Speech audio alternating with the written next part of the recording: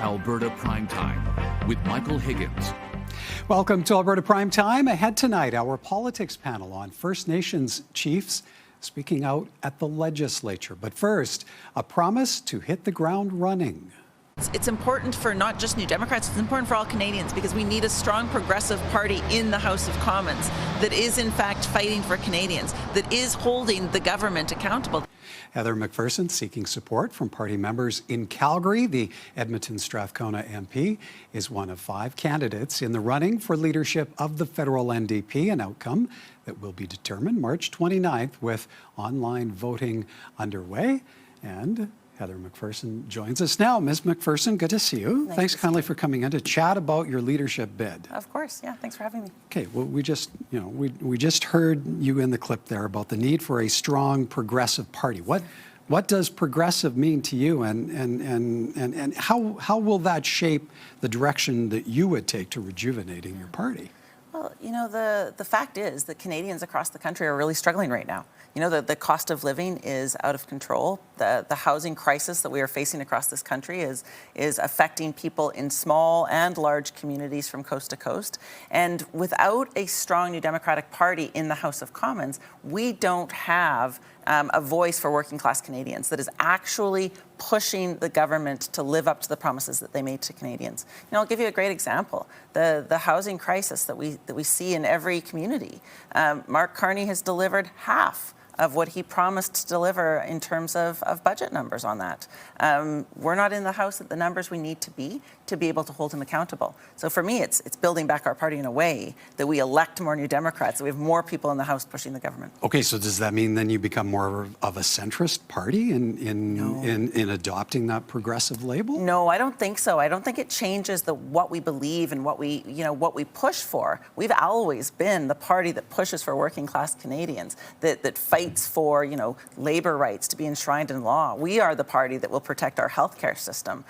We are the party that has pushed for, making life more affordable for working class Canadians.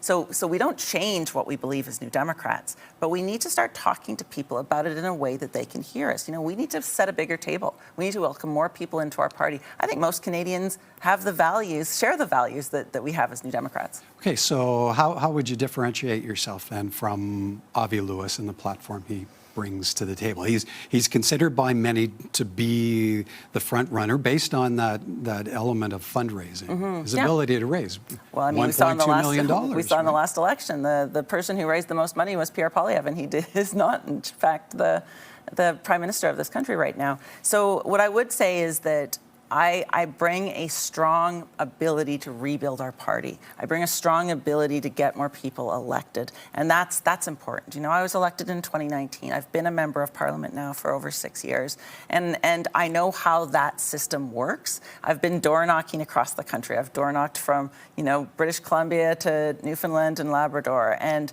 I have spoken to New Democrats for a very long time, well before I put my name forward to be a leadership candidate. So I think one of the things you'll find in this race is that many of the candidates that are running, all 5 of us, believe in many of the same things. Real action on the climate, real protection for our healthcare system, real protection for working class Canadians. The difference is only one of us has a seat in the House of Commons and can get to work on day one, and only one of us actually has shown and has proven that she knows how to win. Where does Alberta land on your radar when it comes to a rejuvenated NDP? And I ask that considering the dynamics playing out in our province right now around the prospect of a referendum on separation. Well, I think it's important that we have strong Alberta voices in Ottawa. I am an extraordinarily proud Albertan. I am proud of what our province has done to build this country. But I am also an extraordinarily proud Canadian, and I know my Canada includes Alberta, includes a strong Alberta. So I do think that that's important. I also think that there is a real opportunity for us to grow the New Democratic Party across the prairies. That's where we're from. We are from the prairies. This is where our movement came from. I think this is this chance that we have to rebuild with that prairie pragmatism, to rebuild a party that speaks to people where they are. We've got to get out of the Vancouvers and the Torontos and talk to people across this country about things that matter to them. Cost of living, jobs, housing, healthcare, One thing that matters to a lot of Albertans is a pipeline to the West Coast. So how would you approach either support or opposition to the MOU that is now in place between the Alberta and the federal government? Well, the problem I have with this MOU is I think it's very similar to some of the things that we saw with Stephen Harper.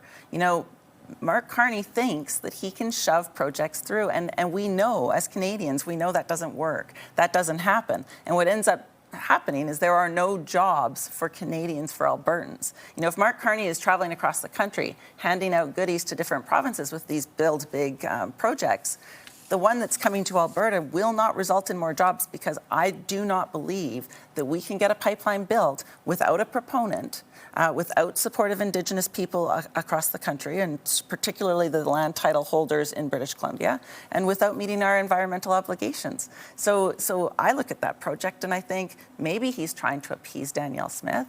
I don't think that it will. In fact, I think it'll give Danielle Smith another cudgel to say, you know, Ottawa's in the way, or Ottawa's not working for us, which I don't think we need right now. I think it pits British Columbians against Albertans in a way that is very divisive at a national sovereignty moment. I would have preferred to see massive investment in a futures-facing economy that got Albertans working, you know, that got folks working in renewable energy, in building high-speed rail, in building our electrical grid up. You know, there are really exciting opportunities that we should be involved in. But would you get behind a pipeline if it is that Alberta brings a proponent to the table, a private sector proponent that will build? But Michael, we've heard nothing about a proponent coming forward, and you cannot build on unceded territory. You cannot build without meeting those obligations. We saw what happened under Harper. He got nothing done.